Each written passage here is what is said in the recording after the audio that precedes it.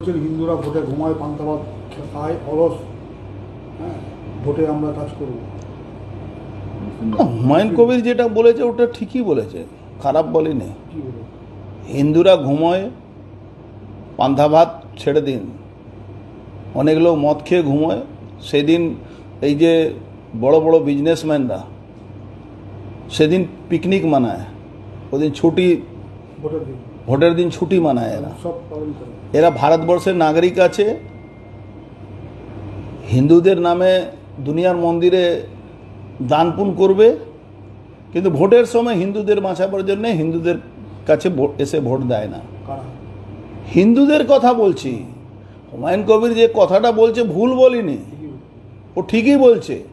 এরপরেও আমাদের লজ্জা হওয়া উচিত কি মুসলমান বুঝতে পারছে কি হিন্দুরা ভোট দিতে পারে না, আমরা হিন্দুরা মুসলমানরা ভোট দিয়ে বেরিয়ে যাব, এরপরেও আমাদের লজ্জা হওয়া উচিত কি আপনি কি অবহেলা করছেন হিন্দুরা?